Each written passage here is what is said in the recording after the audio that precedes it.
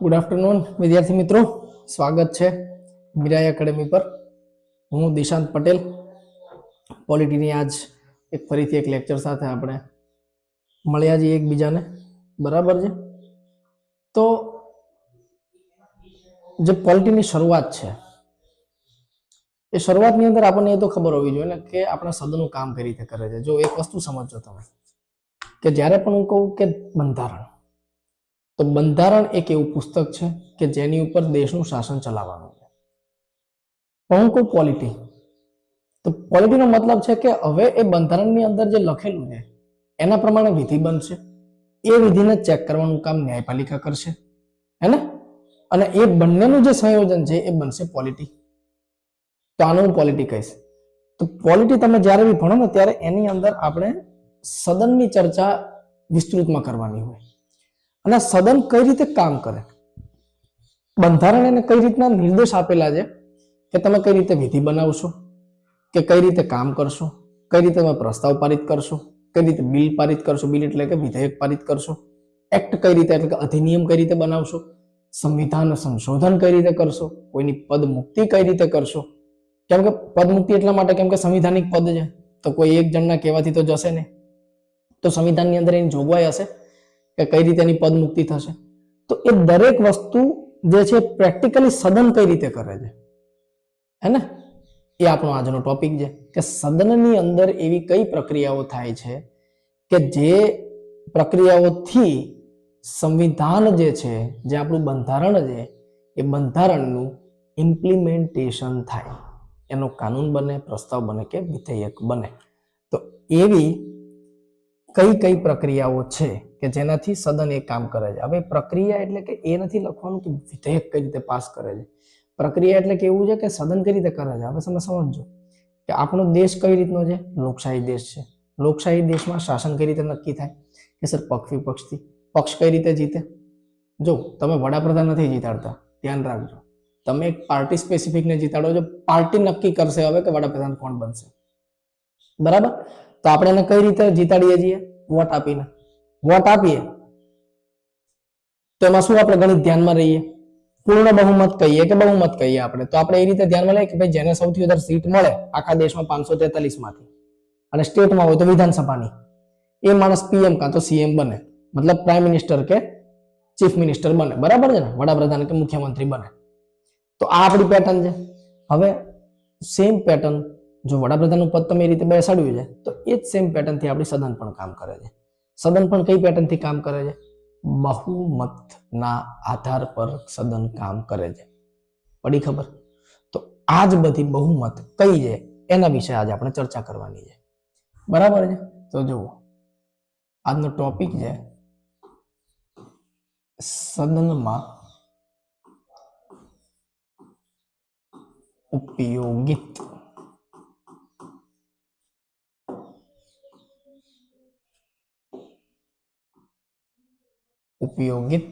બહુમતો. આ હ જે બ નથી, દ નથી, બરાબર છે? સદનમાં ઉપયોગિત બહુમતો. તો કે સર બહુમત એટલે તો અમને તેવી ખબર છે કે ભાઈ 50% વોટ એક બાજુ જાય તો એને બહુમત કહેવાય, બરાબર ને? એવું તમને ખબર હશે. પણ હું કહું છું કે એવું નથી. એ જ્યારે તમે એને ગણો, આપણે પૂર્ણ બહુમત કહીએ, મીડિયામાં એક ચર્ચિત શબ્દ આવે છે પૂર્ણ બહુમત, પણ એ પૂર્ણ બહુમત પાર્ટી સ્પેસિફિકની જીત કે એમની હાર ઉપર ડિસાઈડ થાય.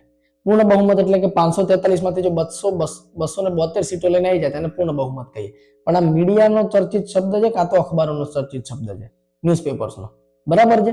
જ્યારે કે સદનની અંદર પૂર્ણ બહુમત જેવું કોઈ શબ્દ નથી. ખબર પડી? આપણે ભણવાની છે સદનની, કે આપણે જે નેતાને કે જે આપણા પ્રતિનિધિ છે એને આપણે શું કહે કે વોટ આપી, મતદાન કરી અને આપણે ત્યાં બેસાડવાની જવાબદારી આપી છે, આપણે લોકોએ ત્યાં એમને બેસાડ્યા છે, તો એ લોકો ત્યાં આગળ કઈ રીતે કામ કરે છે, આ એની ચર્ચા છે, બરાબર છે? તો સદનની અંદર જોવો કઈ કઈ બહુમતોનો ઉપયોગ થાય છે. તો એક આવશે સાધારણ બહુમત,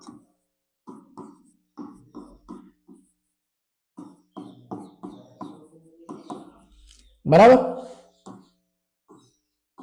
બીજી આવે છે પ્રભાવી બહુમત,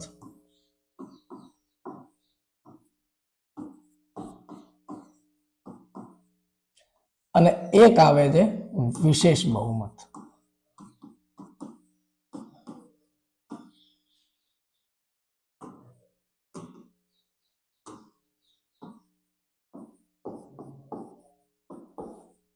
બરાબર. હવે ત્રણેય બહુમતોમાં સામાન્ય સામાન્ય ફરક છે. આમ તો સામાન્ય ને બહુ મોટા ફરક છે, બરાબર ને? તો દરેકનું ક્યાંક અલગ અલગ કામ છે. જે રીતે જ્યાં જેનું કામ એ પ્રમાણેની બહુમત વપરાય. અને બહુમત કઈ રીતે વપરાય કે ભાઈ લોકો કયા પક્ષમાં વધારે છે એ પ્રમાણે નિર્ણય પારિત થશે કે નહીં થાય, એ પ્રમાણે પ્રાવધાન પારિત થશે કે નહીં થાય, એ પ્રમાણે વિધેયક પારિત થશે કે નહીં થાય, એનું ડિસિઝન આ બહુમતો થ્રુ થાય છે. આ જ છે બહુમતો. બરાબર છે. બહુમતો જો કેમ આપણે ભણવાની છે સમજો. એક્ઝામમાં ક્વેશ્ચન એવું નથી કે આની ઉપર પર્ટિક્યુલરલી આવે જ છે ને, એવું નથી. પણ આ એક કન્સેપ્ટ ક્લેરિટી માટેનો સબ્જેક્ટ છે, હે ને? કે જેનાથી તમે આગળ જ્યારે સંવિધાન ભણતા જશો ને તો એના કન્સેપ્ટ તમને વધારે સમજમાં આવશે અને વધારે તમને મજા આવશે ભણવાની. એના માટે મેઇનલી મહત્વનું છે. અને જો ક્વેશ્ચન પૂછીએ લે દાખલા તરીકે, તો બીજું કોઈ આ બહુ ભણતું નથી. પણ જો તમે ભણી ગયા હશો તો ફાયદો શું થશે કે આખા ગામનો ક્વેશ્ચન ખોટો પડશે, બની શકે આપણો સાચો પડે. બરાબર છે. તો જો સાધારણ બહુમત જે છે એનો ફોર્મ્યુલા શું છે સમજો. આગળ આખું તમને કમ્પ્લીટ સમજાવીશ. 50% + 1 આનો ફોર્મ્યુલા છે. અચ્છા, પ્રભાવી બહુમતનો ફોર્મ્યુલા શું છે? તો કે એનો ફોર્મ્યુલા પણ સેમ છે, 50% + 1. અને વિશેષ બહુમતનો ફોર્મ્યુલા શું છે? તો કે 2/3 એટલે કે 66% બહુમત. 66%ની બહુમત એટલે આપણે એને શું કહીએ? વિશેષ પ્રકારની બહુમત. તો આ ત્રણના ફોર્મ્યુલા છે. મેં ખાલી ફોર્મ્યુલા લખ્યા, શું છે તમને હું હવે સમજાવીશ. બરાબર છે. ચલો હવે 1 by 1 આપણે ઉપાડીએ. તો પહેલું જ આપણે લખીએ શું કે સાધારણ બહુમત શું છે.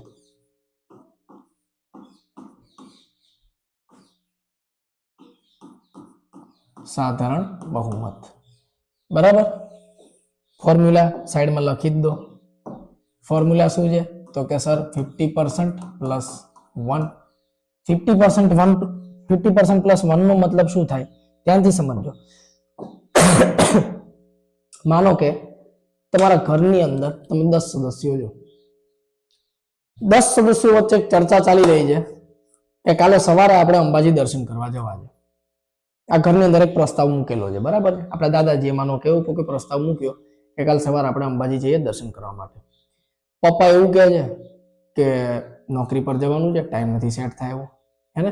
છોકરાઓ ખુશ થઈ ગયા કે ચલો ચલો ફરવા જઈએ. તો છોકરાઓ બધા દાદાના પક્ષમાં આવી ગયા. અચ્છા, મમ્મી મજબૂર, તો પપ્પાના પક્ષમાં રહેવું પડશે. તો એમના પક્ષમાં રહી. તો છેલ્લે થયું એવું કે 5 જણા પપ્પાના પક્ષમાં છે, 5 જણા દાદાના પક્ષમાં છે. તો આ તો કોઈ બહુમતી બની જ નહીં.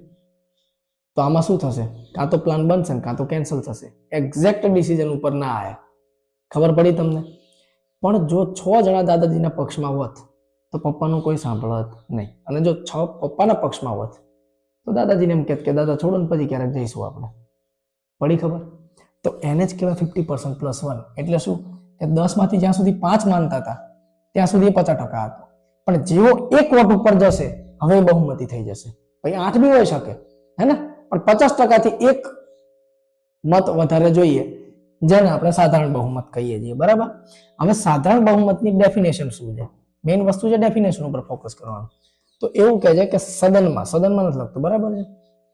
ચલો લખી દઉં પહેલી વ્યાખ્યા. એટલે સદનમાં ઉપસ્થિત અને મતદાતા સદસ્યો ની 50% + 1 એટલે કે અડધાથી એક વધારે. અહીંયા લખી દીધું. પછી હું આ ફોર્મ્યુલા યુઝ કરીશ, ધ્યાન રાખજો. અડધાથી એક વધારે બહુમત, આને કહેવાય સાધારણ બહુમત. બરાબર. સર એક્ઝામ્પલ આપો. ખબર ના પડી એક્ઝેક્ટલી શું કહેવા માંગો છો, કઈ વાંધો નહીં, એક્ઝામ્પલ આપીએ આપણે. તો આનું એક્ઝામ્પલ શું છે કે ભાઈ એક્ઝામ્પલ હું લઉં દાખલા તરીકે કે એક દિવસે સંસદની અંદર 200 જણા ઉપસ્થિત હતા. એમાંથી 180 જણા મતદાન કરવાના હતા. આવી ગયું તો ઉપસ્થિત અને મતદાન. તો શું કીધું કે મતદાતા સદસ્યોની કેટલા 50% થી 1. તો શું જોઈશે 180 મતદાતા ભાગ્યા 2 ઇક્વલ્સ ટુ 90 પ્લસ 1 એટલે કે કેટલા જોઈએ 91 વોટ જોઈએ. ત્યારે કોઈ બી પ્રસ્તાવ જે સાધારણ બહુમતથી પાસ થતો હશે, કોઈ વિધેયક જે આનાથી પાસ થતું હશે એ પાસ થઈ જશે. પણ એવું સમજો હવે એક કિસ્સો એવો લો કે જો સર એવું થયું હોત કે આ 181 હોત તો આ 181 હોત. એક્ઝામ્પલ જો ધ્યાન રાખજો. તો 181 હોત તો આ તો 90 પોઈન્ટ સમથિંગ કંઈક આવત ને, 90 પોઈન્ટ સમથિંગ થાત. તો આ ચક્કરમાં શું થાત? અને એક બીજું વાત, માણસ પોઈન્ટમાં તો હોય નહીં ભાઈ, વોટિંગ પોઈન્ટમાં એનો આંકડો પોઈન્ટમાં આવે, માણસ થોડી પોઈન્ટમાં હોય. તો એનો તોડ એવો છે કે જ્યારે પોઈન્ટ 1, પોઈન્ટ 2, 3, પોઈન્ટ 4 સુધી જાય તો એને મૂળ સંખ્યા લેવાની.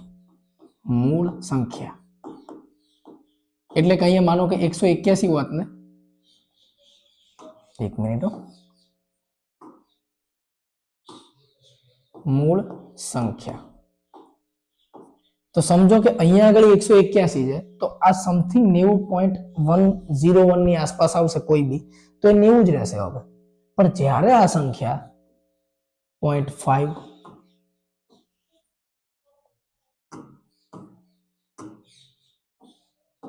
0.5, 0.6 અપ ટુ 0.9 સુધી હોય તો એ મૂળ સંખ્યા પછીની સંખ્યા થઈ જશે, એટલે કે નવી સંખ્યા થઈ જશે.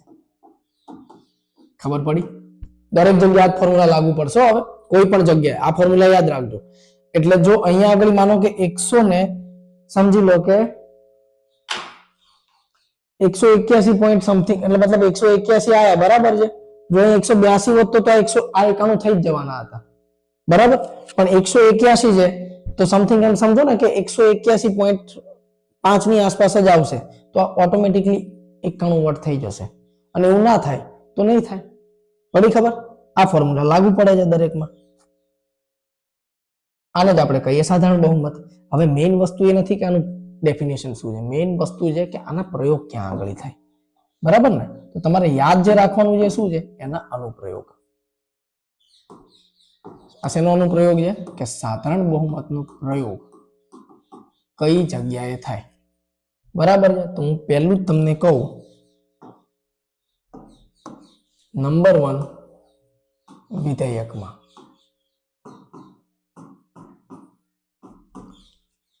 વિધેયકમાં, બરાબર. જેમ કે કયા કયા વિધેયક થશે ભાઈ આનાથી? તો નંબર 1 ધન વિધેયક. આગળ ભણવાના છો, ચિંતા ના કરતા. ધન વિધેયક, વિત્ત વિધેયક. મોટા મોટી વસ્તુ સમજી લો, મોટા ભાગના વિધેયક જે છે એ આનાથી પાસ થશે સાધારણ બહુમતથી, બરાબર છે. તેના એક્ઝામ્પલ મેં આપે ધન વિધેયક અને વિત્ત વિધેયક જેવા વિધેયકો, બરાબર. સાધારણ ટાઈપના બધા જ વિધેયક આની અંદરથી પાસ થશે. અને બીજી જે વસ્તુ છે એ છે પ્રસ્તાવ.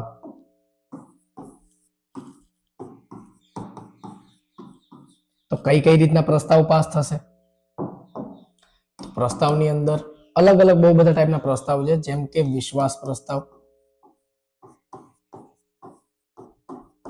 વિશ્વાસ પ્રસ્તાવ.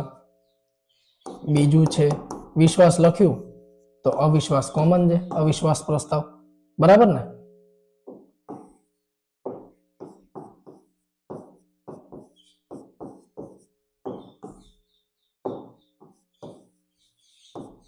અવિશ્વાસ પ્રસ્તાવ. ત્રીજું આવશે કટોતી પ્રસ્તાવ. બધા ટાઈપના મોટા ભાગના જે યાદ આવે બધા. તો એક્ઝામમાં એમસીક્યુ આવે ને તો ટેન્શન નહીં લેવાનું, સાધારણ બહુમત જ હશે, હે ને. અચ્છા 4 છે ને. નંબર 4 આવશે કટોતી પ્રસ્તાવ, પછી નિંદા પ્રસ્તાવ, બરાબર. આવા બધા જ પ્રસ્તાવ, નિંદા પ્રસ્તાવ છે, કામ રોકો પ્રસ્તાવ છે, રામ રોકો થઈ ગયું, કામ રોકો પ્રસ્તાવ છે. પછી છઠ્ઠું છે કે ભાઈ ધ્યાન આકર્ષણ પ્રસ્તાવ, બધી જ ટાઈપના મને જેટલા યાદ આવે બધા લખી તમે, બરોબર છે. આના સિવાય બી બહુ બધા પ્રસ્તાવ છે. તો આ જગ્યાએ એમનો પ્રયોગ થાય તો આપણી સાધારણ બહુમત પતી ગઈ. હવે બીજી ટાઈપની કઈ છે?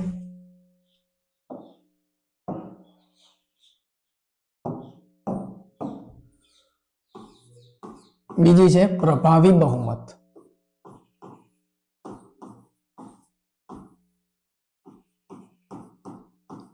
સૂત્ર શું કીધું હતું મેં તમને? Same as. કયું સૂત્ર?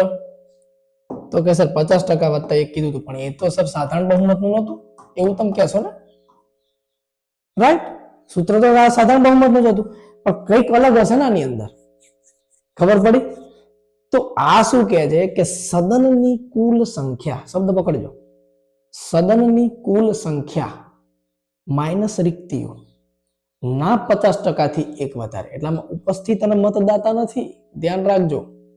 પેલામાં તો કેવું હતું કે ભાઈ સદન માનો કે ચાલે છે, બરોબર? તો 543 આપણી લોકસભામાં સીટો છે. તો ગમે ત્યારે જ્યારે સદનની પ્રક્રિયાઓ ચાલુ હોય, જેમ કે હાલ વિન્ટર સેશન ચાલુ છે, બરાબર? તો વિન્ટર સેશન ની અંદર કઈ એવું નથી કે રોજે રોજ 543 હાજર હશે, નેવર. હે ને?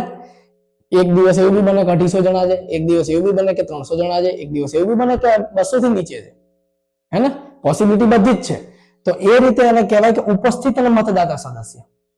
પણ જ્યારે હું એમ કહું કે સદનની કુલ સંખ્યા એટલે 543 અને રિક્તિઓ કોને કહેવાય, તો જોજો હવે સમજો, અહીંથી જ સમજવાનું છે. તો જુઓ શું કહેવા માંગે છે. આ કઈ પેનથી લખીએ? હા, શું કહેવા માંગે છે કે સદનની કુલ સંખ્યા માઇનસ રિક્તિઓ ના 50% થી એક વધારે, એટલે અડધાથી એક વધારે, આવું કહેવાય એને. 50% થી 1 + 1 આ આનું સૂત્ર થયું, બરાબર છે. હવે રિક્તિ કોને કહેવાય?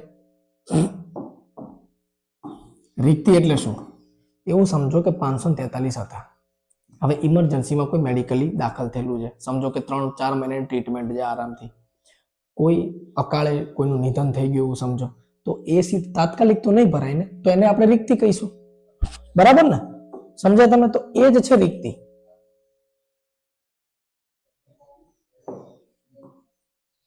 તો એને કહેવાય રિક્તિ. એટલે એને તમારે શું કરવી પડે? બાદ કરવી પડે, બરાબર? હવે હું એક્ઝામ્પલ લઉં. હવે દાખલા તરીકે લોકસભાનું આપણે એક્ઝામ્પલ લઈએ. એક્ઝામ્પલ લોકસભા. લોકસભામાં ટોટલ કેટલી સીટ? તો કે સર 543. માનો કે 6 સીટ રિક્ત હતી, તો ટોટલ કેટલો આવ્યો? 537. 7 કરો ને, એટલે આપણને ભાગવામાં ઈઝી પડે. 7 હતી, બરાબર છે? તો આ કેટલી આવશે? 536, બરાબર? તો સમથિંગ 268 ની આસપાસ જશે. ખબર પડી? 250 × 500 ને 18 × 36, ખબર પડી? એટલે 268 ની આસપાસ જે છે એ આંકડો ગયો. એટલે 200, એક મિનિટ,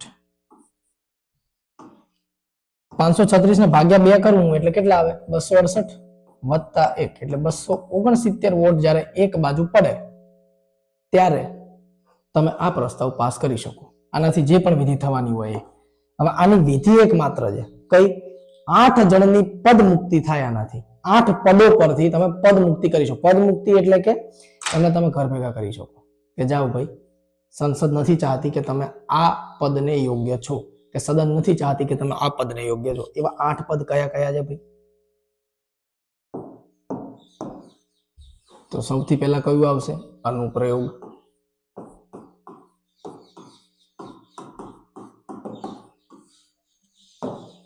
અનુપ્રયોગ ક્યાં આગળ થશે? કે 8 પદ મુક્તિ યોમાં. અનુપ્રયોગ 8 પદ મુક્તિઓમાં, બરાબર ને? 8 પદો કયા કયા છે? તો કે હું 2 પાર્ટ પાડ દઉં તમને. એક હું કહું તમને, દાખલા તરીકે એક કહું તમને કેન્દ્ર, અને એક હું તમને કહું પ્રાંત. કેન્દ્રની અંદર 2 લોકસભા અને રાજ્યસભા, સેમ એસ પ્રાંતની અંદર 2 કઈ વિધાનસભા અને વિધાન પરિષદ. વિધાન પરિષદ બધી જગ્યાએ નથી, દરેક સ્ટેટમાં વિધાન પરિષદ નથી. વિધાન પરિષદ યુપી, બિહાર, મહારાષ્ટ્ર, આંધ્રપ્રદેશ, હે ને, કર્ણાટકા, એવા અમુક સ્ટેટની અંદર જ વિધાન પરિષદ એક્ટિવ છે. બાકી બધી જગ્યાએ વિધાન પરિષદ નથી. બરાબર છે? તો જો આ 8 જે છે ને સ્પીકર છે, સમજજો. કહેવાની સ્પીકર, બાકી આ રીતે સ્પીકર જ છે. લોકસભાની અંદર કોણ બેસે? આપણે એને શું કહીએ? તો કે અધ્યક્ષ. અને બીજા કોણ હોય? તો કે ઉપાધ્યક્ષ. સેમ એસ રાજ્યસભામાં જે અધ્યક્ષ હોય એને આપણે શું કહીએ? સભાપતિ. અને બીજા કોણ હોય? ઉપસભાપતિ. બરાબર? તો જો હવે આ જે સભાપતિ ખરા ને, આ પદે ને પદ છે, પદે નામાં કોણ હોય? ઉપરાષ્ટ્રપતિ.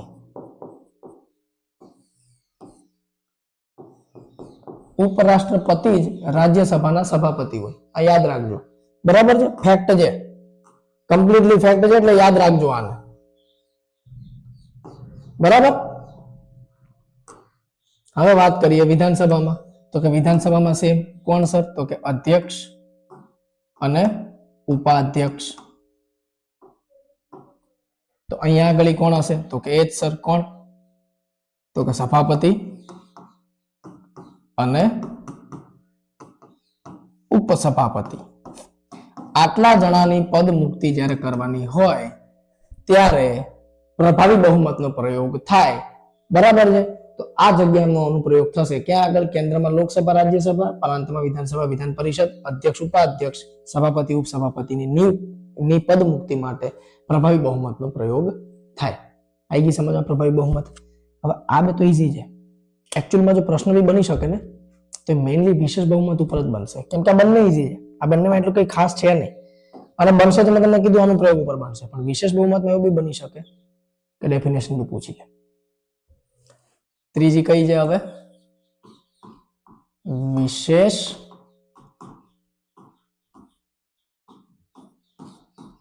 બહુમત. વિશેષ બહુમતની ડેફિનેશન શું કીધી હતી તમને? તો કે સર આ એવું કંઈક તમે કીધું હતું કે 2/3 એટલે કે 66% બહુમત. આને કહેવાય વિશેષ બહુમત. એટલે કે 66% વોટ એક બાજુ પડશે ને ત્યારે આનાથી જે પણ પ્રાવધાન નક્કી તમે કર્યા છે એ થશે. પણ વિશેષ બહુમત એટલી ઈઝી નથી. વિશેષ બહુમતના પાછા 3 પ્રકાર છે, હે ને? તો જો વિશેષ બહુમતના 3 પ્રકાર છે. બરાબર? તો પહેલો પ્રકાર તો કે પ્રથમ પ્રકારની, નામ જ આવું છે, પ્રથમ પ્રકારની વિશેષ બહુમત. તો બીજી કઈ હશે? કેટલા હોશિયાર જોજો તો, દ્વિતીય જ હોય ને, દ્વિતીય પ્રકારની વિશેષ બહુમત. અને ત્રીજી કઈ હશે? આવે છે સમજમાં? ત્રીજી તૃતીય પ્રકારની. બરાબર? હવે ત્રણેયનું કંઈક અલગ અલગ તાત્પર્ય તો હશે, પણ કોમન શું હશે ત્રણેયમાં? તો કે સર 66% બહુમત. આ ત્રણેયમાં કોમન હશે 2/3. ત્રણેયની અંદર કોમન હશે, પણ ત્રણેયમાં કંઈક એનું અલગ અલગ સ્વરૂપ હશે. બરાબર ને? તો પહેલી જ લઉં કઈ? તો કે સર પ્રથમ પ્રકારની. તો જુઓ હવે પહેલી આપણે લઈએ પ્રથમ પ્રકારની વિશેષ બહુમત. બરાબર? તો જો આ શું કહે છે? સૂત્ર યાદ રાખજો, 2/3. 2/3 ભાગના વોટ હોવા જોઈએ, એટલે કે 66% વોટ હોવા જોઈએ. બરાબર છે? પણ આ ડેફિનેશન શું કહે છે? એ જ સાધારણ બહુમતમાં હતી જ કઈ? તો કે ઉપસ્થિત અને મતદાતા સદસ્ય. મતદાતા સદસ્યોની 2/3 ભાગ બહુમત. આને કહેવાય પ્રથમ પ્રકારની બહુમત. આવી ગયું સમજમાં? એકદમ ઈઝી. કઈ રીતે? એક્ઝામ્પલ હું તમને લઉં આનું. ચલો ક્યારના એક્ઝામ્પલ આપણે લોકસભાનું જ લઈએ છીએ, આ વખતે વિધાનસભાનું એક્ઝામ્પલ લઈએ. તો કે એક્ઝામ્પલમાં માનો કે અરે રાજ્યસભાનું લઈએ. રાજ્યસભાની અંદર સમજો કે 245 સીટ છે. એક દિવસ એવું થયું કે આની અંદર ઉપસ્થિત માનો કે 200 જણા હતા અને મતદાતા સમજી લો કે 150 જણા હતા. બરાબર છે. હવે 150 ગુણ્યા 2/3, 3 પંચા 15 એટલે 50 દુ 100. તો 100 વોટ જ્યારે એક બાજુ પડશે ને ત્યારે પ્રથમ પ્રકારની વિશેષ બહુમતથી જે પણ તમારે બિલ વિધેયક જે પણ પાસ થતું હશે એ થશે, એના સિવાય નહીં થાય. હવે મેઇન વસ્તુ સર પ્રયોગ ક્યાં આગળ થાય આનો, હે ને? કેમ કે જે સમજવાની વસ્તુ છે એ જ છે. શું? તો કે પ્રયોગ. બરોબર. તો આનો પ્રયોગ ક્યાં આગળ થાય? જો નોટ બનાવતા રહેજો જોડે જોડે, વિડીયો પોઝ કરીને નોટ આનો અનુપ્રયોગ આનો જોવો. રાજ્યસભાનું ઉદાહરણ લીધું તો રાજ્યસભાની જ વાત કરી લઈએ. બરાબર ને? 2 જગ્યાનો ઉપયોગ થશે. કઈ કઈ 2 જગ્યાએ? તો કે અનુચ્છેદ 249 અને અનુચ્છેદ 312. તમે કહેશો સર આ શું કે? અનુચ્છેદ 249 એવું કહે છે કે રાજ્યસભા દ્વારા રાજ્ય માટે કોઈ કાયદો, રાજ્યસભા દ્વારા રાજ્ય માટે કોઈ કાયદો, એટલે કે આ કાયદો જ્યારે તમારે પાસ કરવો હશે ને, તો મેં તમને હમણાં એક્ઝામ્પલ આપ્યું એમ કે 100 વોટ જ્યારે મેં તમને કીધું ને કે ઉપસ્થિત 200 હતા એમાંથી 150 વોટ કર્યા, તો 150 માંથી જ્યારે 100 જણની મંજૂરી આવશે ત્યારે એ રાજ્ય માટે કાયદો રાજ્યસભામાંથી પાસ થઈ જશે. બરાબર છે. અને 312 શું કહે છે? અખિલ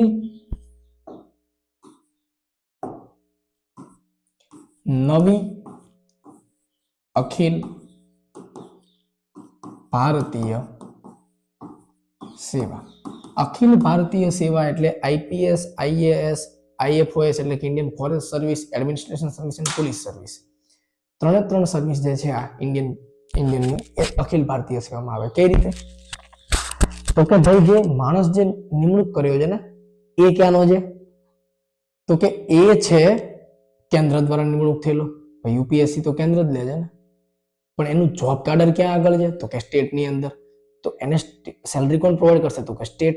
સંભાળશે ક્યાંનો એરિયા? તો કે સ્ટેટનો. તો એ છે અખિલ ભારતીય સેવા. તો આવી કોઈ બી નવી જ્યારે અખિલ ભારતીય સેવા બનાવવાની હોય ને તો અનુચ્છેદ 312 ની અંદર આવે. અને એનો પ્રયોગ કોણ કરે? તો કે રાજ્યસભા. અને રાજ્યસભા કઈ બહુમતથી કરે? તો કે પ્રથમ પ્રકારની બહુમતથી એનો કાયદો ઘડે. બરાબર છે. અને બહુ બધા એક્ઝામ્પલ છે. હાલ ઘણી વખત ચર્ચામાં જ્યારે ઇલેક્શન હોય ને ત્યારે ચર્ચામાં આવી જાય છે કે નવી આઈઈએસ એટલે કે ઇન્ડિયન ઇલેક્શન સર્વિસની જરૂર છે ભારતને. ઇમ્પ્લિમેન્ટ નહીં થતું, ચર્ચાઓ થઈને વાર્તા પૂરી થઈ જાય છે. બરાબર. હવે પતી ગયા. હવે આવશે દ્વિતીય પ્રકારની. જો આમાં કન્ફ્યુઝ જરાય ના થતા હો, ના ખબર પડે તો બીજી વખત કન્સેપ્ટ જોઈ લેજો, હે ને? કેમ કે ગેમ આખી જ કન્સેપ્ટની છે. તો કે બીજી કઈ છે? તો કે સર દ્વિતીય પ્રકારની વિશેષ બહુમત. બરાબર. હવે આ શું કહે છે? તો કે ભાઈ દ્વિતીય પ્રકારની વિશેષ બહુમત થોડીક અઘરી છે. ધ્યાનથી શબ્દ પકડજો કે ભાઈ ઉપસ્થિત અને મતદાતા સદસ્યોના 2/3 પણ 66% બહુમત, પણ એ બહુમત સદનની કુલ સંખ્યાના 50% થી વધારે હોવી જોઈએ. જો પેલા લખતું નથી, શાંતિથી સમજજો. ઉપસ્થિત અને મતદાતા સદસ્યોના, તો જુઓ વ્યાખ્યા બનાવી આને કે ઉપસ્થિત અને મતદાતા સદસ્યો ના 2/3 ભાગ મત, પણ આ મત સમજો, પણ આ મતોની સંખ્યા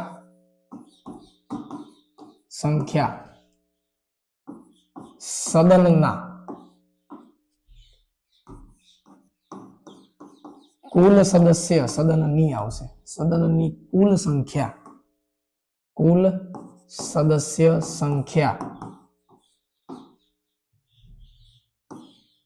સંખ્યા ના 50%, એટલે કે અડધાથી વધારે, શબ્દ જ આપી દો ચલો, ના અડધાથી વધારે હોવી જોઈએ, એટલે કે 50% થી વધારે. સમજ પડી કે ના પડી? શું કહે છે જો, ઉપસ્થિત અને મતદાતા સદસ્યોના 2/3 મત, પણ આ મતોની સંખ્યા સદનની કુલ સદસ્ય સંખ્યાના અડધાથી વધારે હોવી જોઈએ. સમજ આવે છે? જો તારું તો આ બધું પીપીટીમાં બહુ આરામથી બની જાય, બરાબર છે, પણ આપણે એવું નથી કરવું. એટલા માટે કેમ કે તમને શબ્દ પકડાવવો જોઈએ, હું જે કહું જોઈએ. હવે આનું એક્ઝામ્પલ લઉં દાખલા તરીકે, તો એક્ઝામ્પલ કઈ રીતનું બને તો જુઓ. હવે હું દાખલા તરીકે આનું એક્ઝામ્પલ લઉં, તો એક્ઝામ્પલની અંદર મેં માનો કે લોકસભાનું જ એક્ઝામ્પલ લીધું. લોકસભામાં કેટલી સીટો, ટોટલ સીટ કેટલી, આ ધ્યાનથી થોડુંક સમજાય. Total seat equals to 543. 543 ના 50% કેટલા થાય? 271 ની આસપાસ, એટલે મારે 50% થી વધારે જોઈએ ને, તો આ 272 જોઈશે મારે, બરાબર છે. તો 272 નો આપણો મિનિમમ જોઈશે. હવે કહેજે છે કે ઉપસ્થિત અને મતદાતા સદસ્યોના 66%, બરાબર છે. હવે એક દિવસ એવું થયું કે ભાઈ 300 ઉપસ્થિત હતા, બરાબર, અને 200 જણાએ વોટિંગ કર્યું, 200 નું મતદાન થયું. આવે છે સમજમાં? તો હવે શું થશે? ચલો ને એવું ગણો ને, આપણે તો હું કંઈક બહુ ઈઝી રહેવી જોઈએ ગણતરી, એટલે 240 લખું, છેદ તોડી જશે. 240 જણાએ મતદાન કર્યું, તો હું 240 ના કેટલા ગણું? ગુણ્યા 2/3, 8 તેરી 24, 80, 80 દુ 160. આ 160 272 થી ઓછા છે ને, ઓછા. તો આનો મતલબ, જો આનો હું લખું કેસ 1,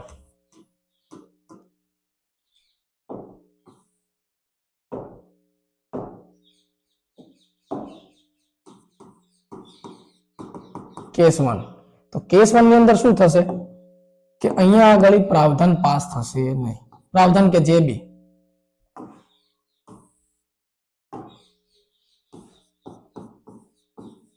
પ્રાવધાન નહીં પાસ થાય, નહીં પારિત થાય. આવ્યું સમજમાં? બરાબર છે. પણ હવે હું અહીંયા આગળ લખું કેસ 2.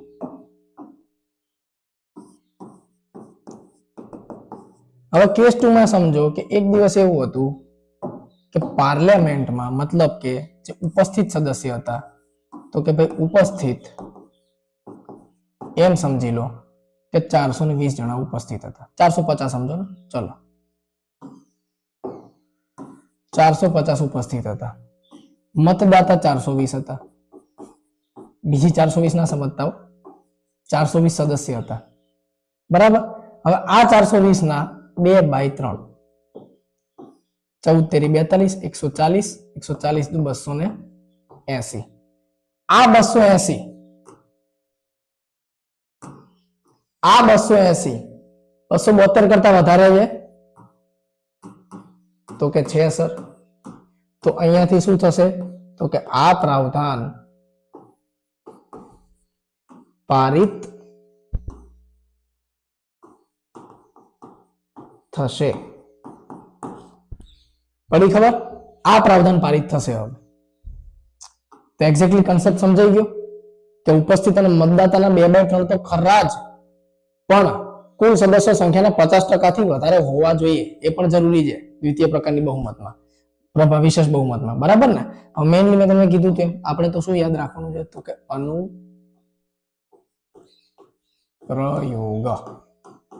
કે ઉપયોગ ક્યાં થશે સર એ કો, બરાબર છે. તો ઉપયોગ એનો અમુક મહત્વપૂર્ણ સંવિધાનિક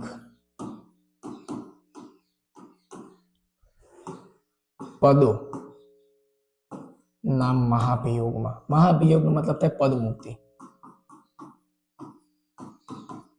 મહાભિયોગ શબ્દ અહીંયા એટલે વાપર્યો કેમ કે અમુક વાર એમસીક્યુ માનો કે મહાભિયોગ શબ્દ વાપરી લે પદ મુક્તિની જગ્યાએ, તો ખબર પડવી જોઈએ મહાભિયોગ એટલે કે પદ મુક્તિ ના મહાભિયોગમાં. હવે કયા કયા પદો છે તો કે જેમ કે એક supreme court and high court ના જજો, આની પદ મુક્તિ માટે. પછી તો કે સીઈસી એટલે કે ચીફ ઇલેક્શન કમિશનર ની પદ મુક્તિ માટે. બરાબર. એવી જ રીતે ત્રીજું CAG કોમ્પ્ટ્રોલર account general of India ની પણ, હે ને, આ બધા સંવિધાનિક પદ છે. આ લોકોને મહાભિયોગ કરવા માટે આની જરૂર પડે. સમજો કેટલું અઘરું છે આ લોકોને કાઢવા સીટ ઉપરથી. એટલા માટે તો કહેવામાં આવે છે ભાઈ, હે ને, કે ગવર્મેન્ટની અંદર ઉચ્ચ પદો પર જે બેઠેલા લોકો છે ને એ નેતાથી કામ નથી. નો, કેમ કે એને સંવિધાનિક પદ માન્ય પ્રાપ્તિ છે. તમે જુઓ સીઈસી કોઈ બને એ રિટાયર્ડ કોઈ આઈએએસ કે બહુ સારા પદ ઉપર બેઠા હોય એ લોકો હોય. સીએજી એ જ હોય છે. આવે ને સમજમાં? આ રીતના પદો જે છે એના મહાભિયોગ માટે આનો પ્રયોગ થાય. બરાબર છે. પણ બીજી એક જગ્યાએ બી આનો પ્રયોગ છે. એક જ મિનિટ.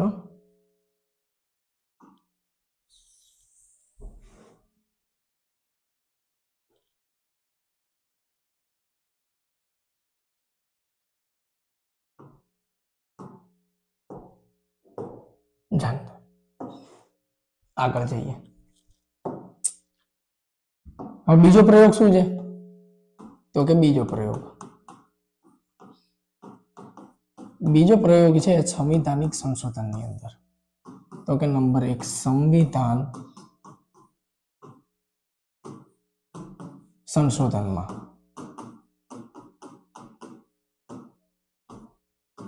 સંવિધાન સંશોધન શું કહેવાય? અનુચ્છેદ 368.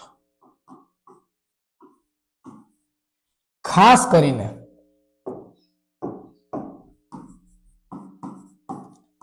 કરી મૂળભૂત અધિકારો ના સંશોધનમાં. ધ્યાન રાખજો, દરેક સંવિધાનિક સંશોધનમાં નથી. મૂળભૂત અધિકારોના સંશોધનમાં 368 નો પ્રયોગ કરી અને બીજા પ્રકારની જ્યારે તમારી પાસે મૂળ શું કહે કે વિશેષ બહુમત હશે તો જ મૂળભૂત અધિકારમાં સંશોધન થઈ શકશે. એટલે તો ભાઈ કહેવાય છે કે ફંડામેન્ટલ રાઇટ્સ એટલા ઈઝી નથી કે ગવર્નમેન્ટ ટેક ઓવર કરી શકે. નો, હે ને? અને ગવર્નમેન્ટ માટે તો બર્ડન છે મૂળભૂત અધિકારો, કેમ કે તમને દેવાના છે, પણ એ એટલું ઈઝીલી કાઢી શકે એમ નથી. તો આ થઈ ગયો એનો બીજો પ્રયોગ. બરાબર. હવે આવી જઈએ 3 ઉપર. તો ત્રીજું શું છે? તૃતીય પ્રકારની વિશેષ બહુમત. બરાબર છે. તૃતીય પ્રકારની વિશેષ બહુમત છે જે એની વ્યાખ્યા તો ઈઝી છે, પણ વાસ્તવમાં એક જ્યારે સદનને કરવાનું આવે ને તો એ બહુ કઠિન છે. કઈ રીતે? તો કે જો સમજો, આમાં ખાલી સદન શબ્દ નહીં વપરાય, વપરાશે સદનો ની કુલ સંખ્યા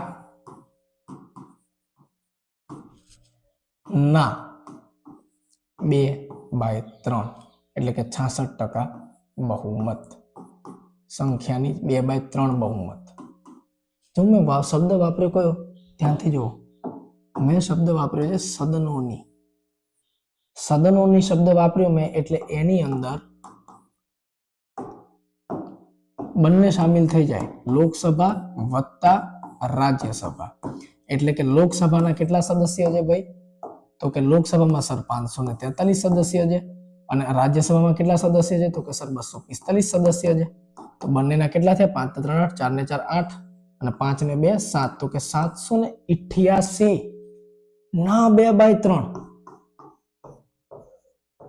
જે જવાબ આવશે આ જ્યારે હશે ત્યારે આનાથી જે પણ કામ કરવાનું હશે એ કામ થશે.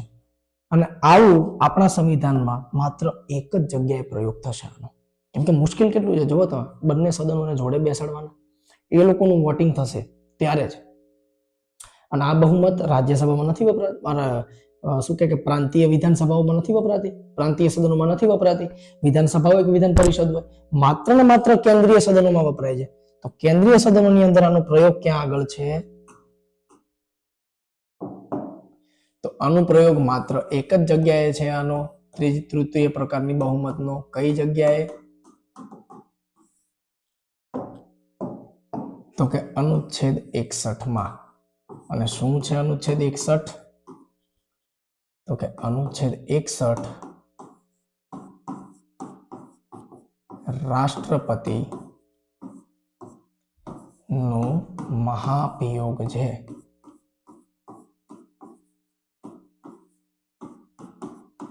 પડી ખબર હવે કે કેમ આટલી હાર્ડ છે આ બહુમત? બરાબર. તો આ હતી સદનમાં પ્રક્રિયાઓ કઈ રીતે ચાલે છે, સદન કઈ રીતે કામ કરે છે, હે ને, કઈ રીતે એમાં નંબર સિસ્ટમ અને બહુમતો હોય છે એની આપણે ચર્ચા કરી. એકચ્યુઅલી લેક્ચર એટલા માટે લેવામાં આવ્યો છે કેમ કે તમને કન્સેપ્ટ ક્લિયર થઈ જાય આ વસ્તુનો. આગળ જ્યારે આપણે ભણતા જઈશું ને એની અંદર બહુ બધી વખત આ બધા શબ્દોનો પ્રયોગ કરીશું આપણે. અને જે મેં તમને એક્ઝામ્પલ આપે છે તો પૂછાય જ છે. એકચ્યુઅલી બહુમતની વ્યાખ્યા પૂછાય ના પૂછાય પણ એક્ઝામ્પલ પૂછાય છે. બરાબર છે. તો એના માટે જ આ વિડીયો આપણે તમને શું કહે કે લેક્ચર આપણે આજનો આપ્યો હતો. બરાબર. હવે જો ત્યાંથી સમજો વિદ્યાર્થી મિત્રો, અમારો ગોલ એ છે કે કોન્સ્ટેબલ અને પીએસઆઈ ની જે પ્રિપરેશન કરતા હોય પર્ટિક્યુલરલી એ સ્ટુડન્ટ્સને અમે ગાઈડ કરીએ અને એ લોકો માટે એક એમના પોતાનો મતલબ કે એમ પર્ટિક્યુલરલી એમના જ માટેનો એક કોર્સ અમે બનાવીએ. બરોબર છે. તો તમને એના સુધી જ અમે સીમિત રાખીએ છીએ. કોઈ એમાં અમે તમને વધારાનું એડિશનલ નોલેજ નહીં આપીએ. તો તમે પર્ટિક્યુલરલી એક એક્ઝામ ઉપર ફોકસ કરી શકશો, હે ને. બાકી આપવામાં તો કેટલું બધું છે. હવે પોલિટી કઈ હું ચાલુ કરું તો 1000 પેજની બુક દી હોય, 500 ની હોય, 100 પેજની હોય. તમારા માટે મહત્વનું શું છે એ વસ્તુ જોવાની છે. બરાબર છે. તો આપણે એ જ રીતની તૈયારી કરશું. એટલે જે લોકો પણ પીએસઆઈ કે કોન્સ્ટેબલની તૈયારી કરે છે, ફટાફટ મીરાઈ એકેડેમીની ચેનલને લાઈક, શેર અને સબસ્ક્રાઇબ કરી દો ભાઈ, હે ને. કેમ કે પર્ટિક્યુલરલી ત્યાં આગળ શું કામ આવવાનું છે રિટર્નમાં એ તમને એક્ઝેક્ટ અમે 100% કહીશું. હા, ક્વેશ્ચન ક્યાં બની શકે ના કહીએ, પણ સિલેબસ એક્ઝેક્ટલી તમારો તમને ભણવા મળશે. અહીં કોઈ એક્સ્ટ્રા તમને સિલેબસ અમે ભણાવીશું નહીં. બરાબર છે. તો વિદ્યાર્થી મિત્રો, તમને આજનું લેક્ચર ગમ્યો જ હશે. અને જો લેક્ચર ગમ્યો હોય તો અમારા પ્રયાસને તમે ચેનલ સબસ્ક્રાઇબ કરી, લાઈક કરી અને શેર કરી એને આગળ વધારો અને અમને થોડાક સફળ બનાવો. જય હિન્દ, જય ભારત. મળીએ નવા લેક્ચરમાં.